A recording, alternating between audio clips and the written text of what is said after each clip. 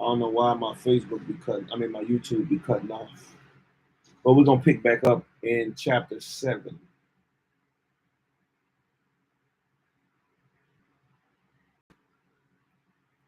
We had come to the boundaries of Daughtry and were about to turn west along the county line when all these sights were pointed out to us by a kindly old man, black, white hair, and 70.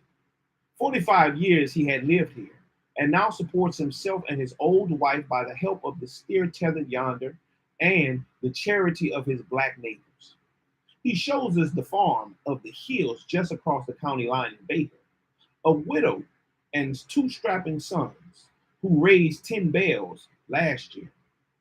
There are fences and pigs and cows, and the soft voiced, velvet skinned young Memnon who sauntered half bashfully over to greet the strangers is proud of his home. We turn now to the west along the county line. Great dismantled trunks of pines tower above the green cotton fields, cracking their naked gnarled fingers toward the border of the living forest beyond. There is little beauty in this region, only a sort of crude abandon that suggests power, a naked grandeur, as it were. The houses are bare and straight. There are no hammocks or easy chairs, and few flowers. So when, as here at Rawdon's, one sees the vine clinging to a little porch and the home-like windows peeking over the fences, one takes a long breath.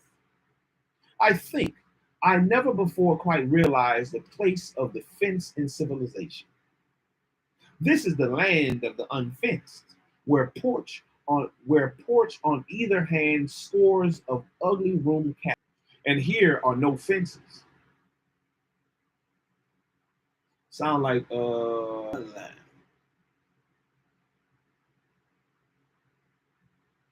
and here are no fences. But now and then, the crisscross rails or straight palings break into view. A man, young, smooth faced, and diligent.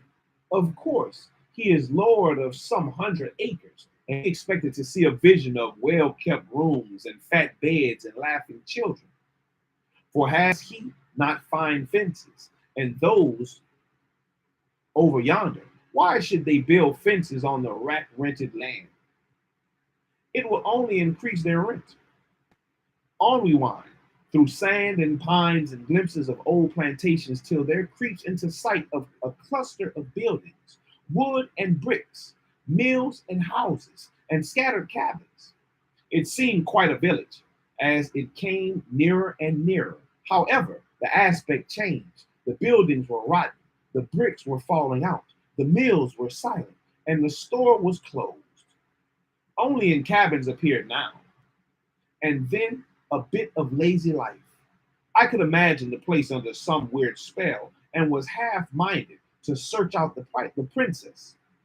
An old raggedy black man, honest, simple, and improvident, told us the tale.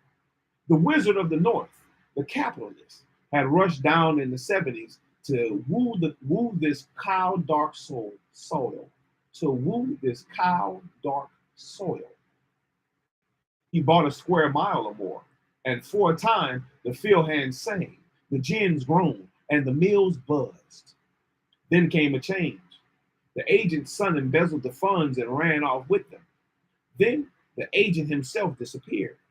Finally, the new agent stole even the books, and the company in wrath closed its business and its houses, refused to sell, and let houses and furniture and machinery rust and rot. So the water's luring plantation was stilled by the spell of dishonesty and stands like some gaunt rebuke to a scared land.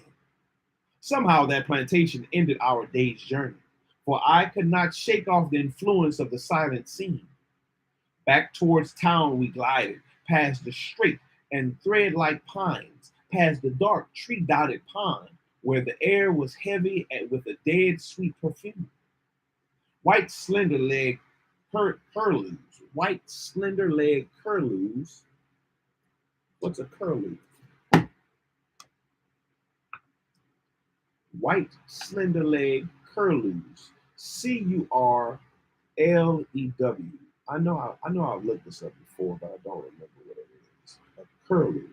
C-U-R.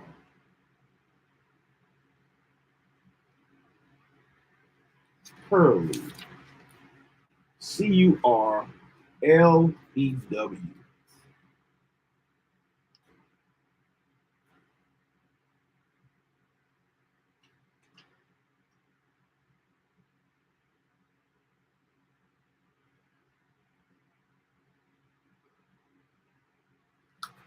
It's not in here.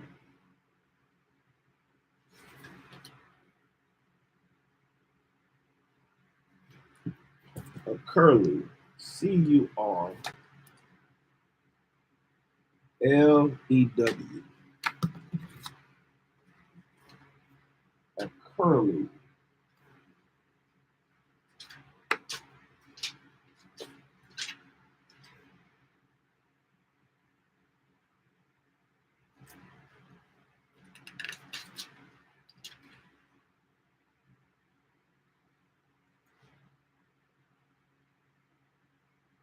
Curlew.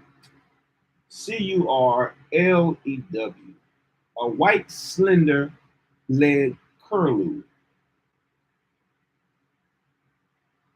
Any of various, largely brownish, chiefly migratory birds. Okay. Having long legs and long, slender, down curved bills, and related to the sandpiper and snipes. So it's an animal, a curlew. A curlew. Long, slender bird named a curlew flitted past us, and the garnet blooms of the cotton looked gay against the green and purple stalks. A peasant girl was hoeing in the field. I thought it meant something else. White turban and black limb. All this we saw, but the spell still lay upon us.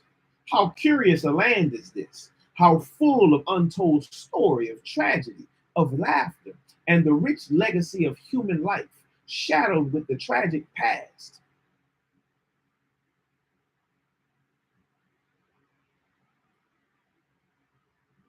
And big with future promise. This is the Black Belt of Georgia. Dougherty County is the west end of the Black Belt, and men once called it the Egypt of the Confederacy. It is full of historic interest. First, there is a swamp to the west where the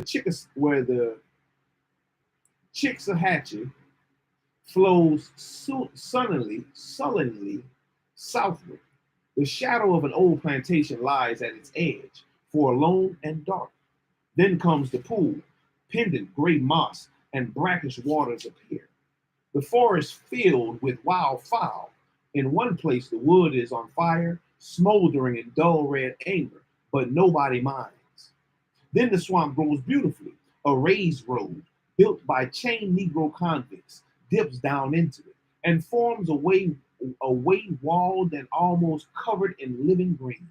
Spreading trees spring from prodigal, prodigal, from a prodigal luxuriance of undergrowth. Great dark green shadows fade into the black background until all is one mass of tangled semi-tropical foliage, marvelous in its weird savage splendor.